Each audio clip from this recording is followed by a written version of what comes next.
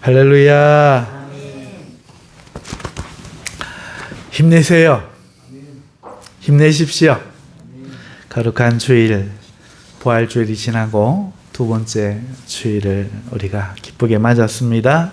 할렐루야.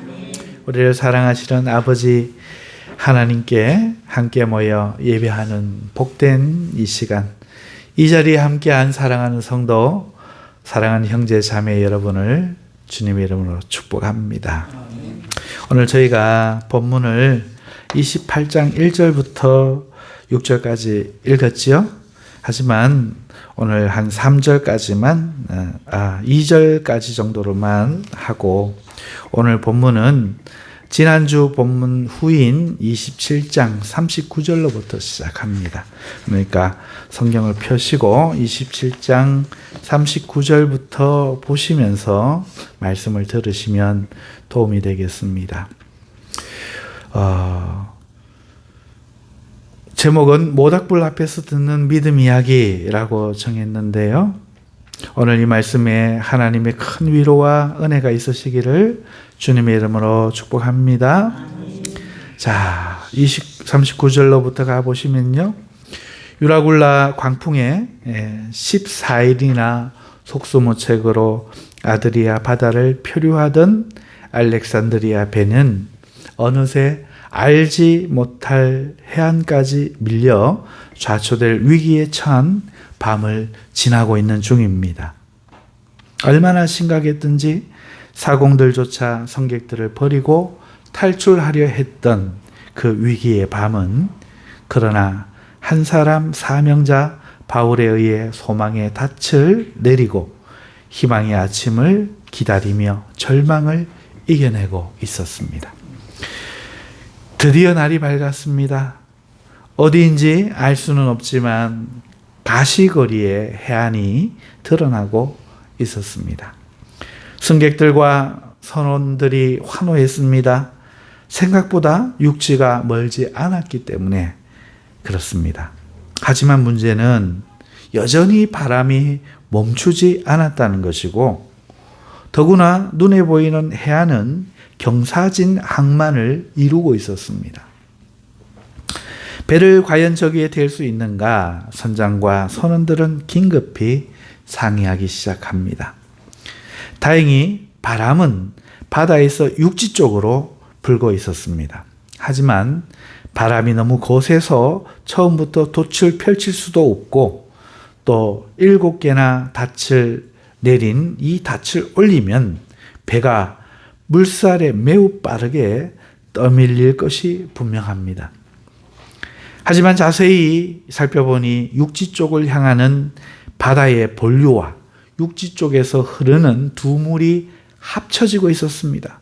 두 물이 그렇게 육지를 끼고 흐르고 있어서 지금 배를 떠밀고 있는 이 거센 본류를 잘 타면 합류되는 물을 건너 육지에 도달할 가능성이 보였습니다. 그야말로 도박 같은 모험이 아닐 수 없습니다.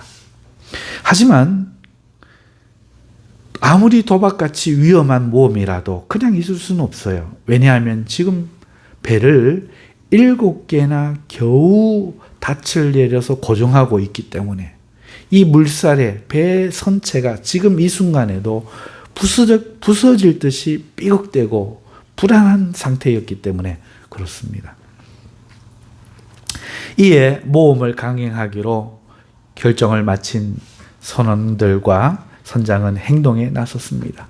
급류에 키가 부러지지 않도록 키를 먼저 느슨하게 풀고 일시에 닻을 끊어버렸습니다. 그러자 배가 크게 휘청임과 동시에 방향을 육지로 틀더니 물결을 타고 육지 쪽으로 움직이기 시작합니다.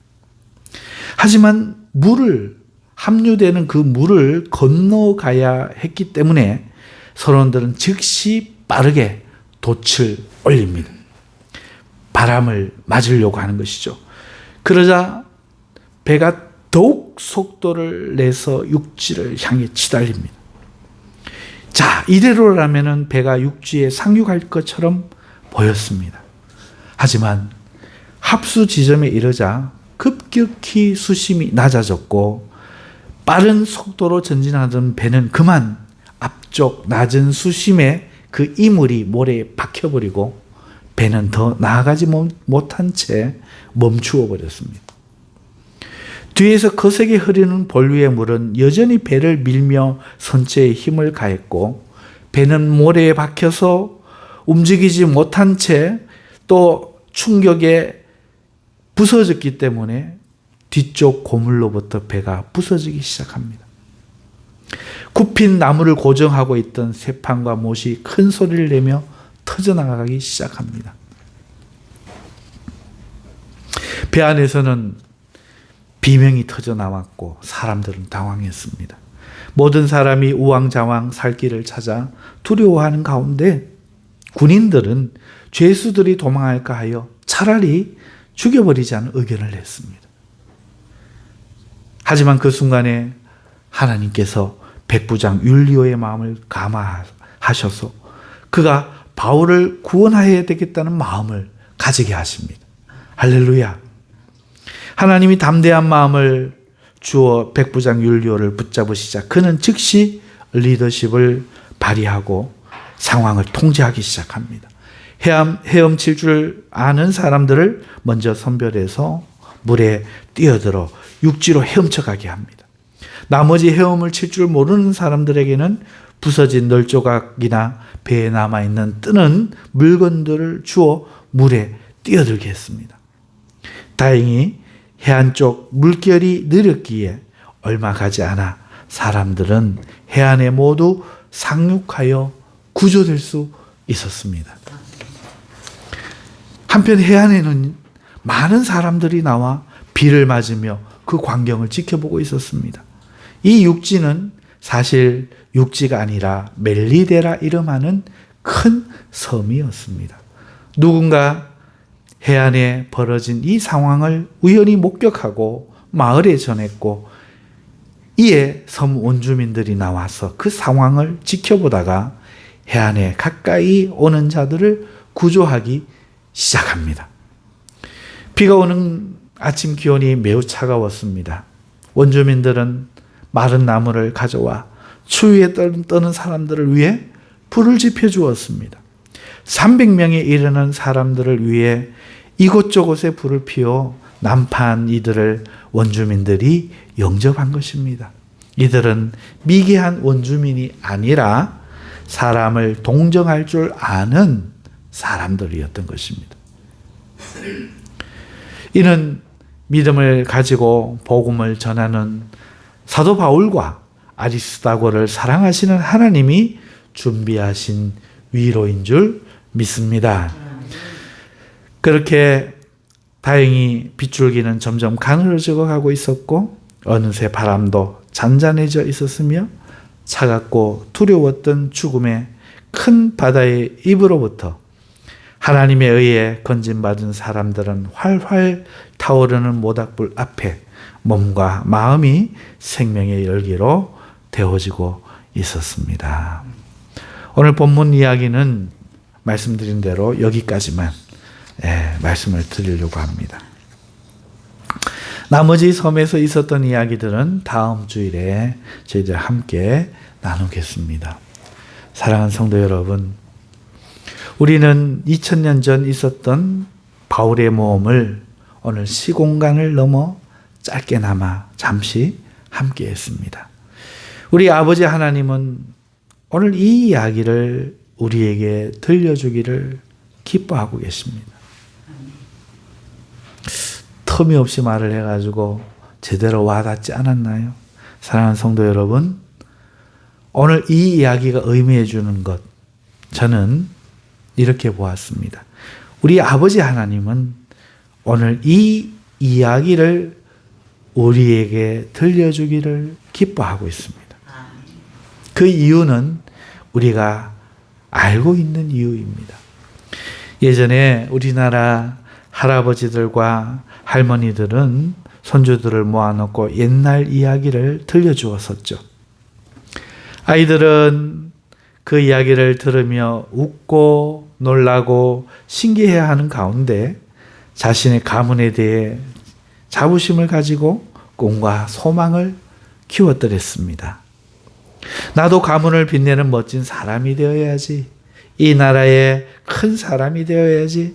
이야기를 통해 자신의 가슴으로 번진 그 작은 소망의 불씨, 그 불씨를 품에 품고 잠자리에 들어 꿈을 꾸었었죠. 그렇게 이야기가 많았던 우리 대한민국은 5,000년 역사 가운데 사라지지 않고 오늘도 이 땅에 대한민국으로 남아 있습니다.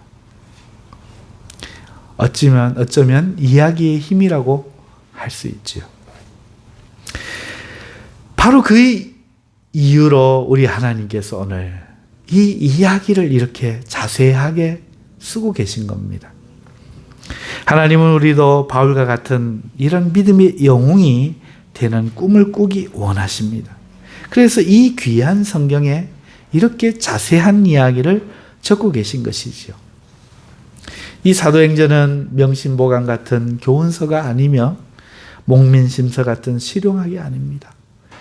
하나님의 꿈을 꾸고 살았던 바울의 이야기를 들려주는 성령의 이야기책이 있지 않습니까? 오늘 무엇으로 오늘 이 본문을 정의할 수 있겠습니까? 이야기책이 맞잖아요. 2000년 전 바울의 마음에 품고 있었던 그 구원의 복음의 그 불씨를 우리 가슴에 전하기 위한 하나님의 옛날 이야기인 것입니다. 이것을 이해할 때 왜 사도행전이 그토록 많은 이야기들로 쓰여 있는지 그 이유를 우리는 깨닫게 되는 것입니다.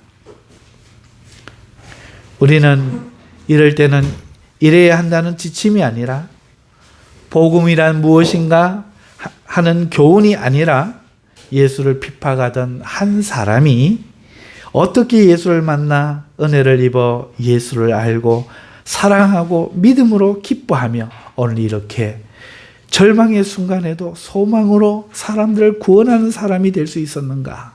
그의 여정에 무슨 일들이 있었는가 하는 이야기로 이 사도행전을 듣고 있는 것입니다.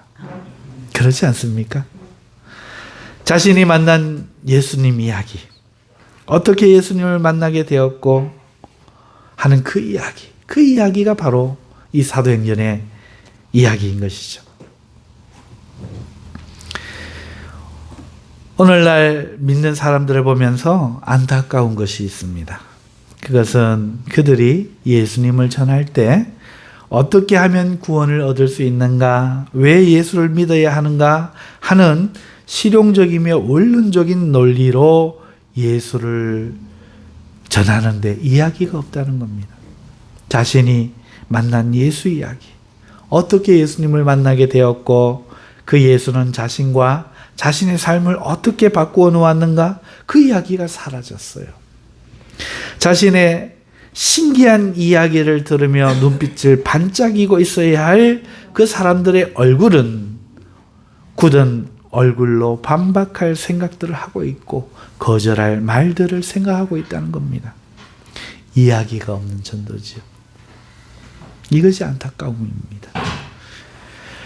우리는 예수님은 나의 힘이요, 예수는 나의 힘이요, 이 찬송을 알고 있지 않습니까?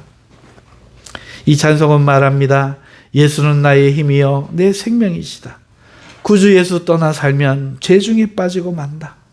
눈물이 내 앞을 가리고 내 마음에 근심이 쌓일 때 나를 위로하고 힘주시느니 바로 예수시다. 이렇게 이야기하고 있습니다. 예수는 내 친구, 예수는 내 기쁨, 지금 내가 의지하고 따라갈 내 생명, 내 기쁨 되시느니 바로 주 예수다 라고 자기의 이야기를 하고 있습니다. 그러니 너도 이 예수님을 만나면 좋겠다. 이것이 전하고 싶은 이야기인 것이지요. 오늘 우리가 예수님을 전하면서 그 예수를 그런 이야기로 전한다면 얼마나 좋겠습니까? 이 찬송은 1904년에야 지어졌지만 틀림없이 바울도 이 찬송을 불렀을 줄 저는 믿습니다.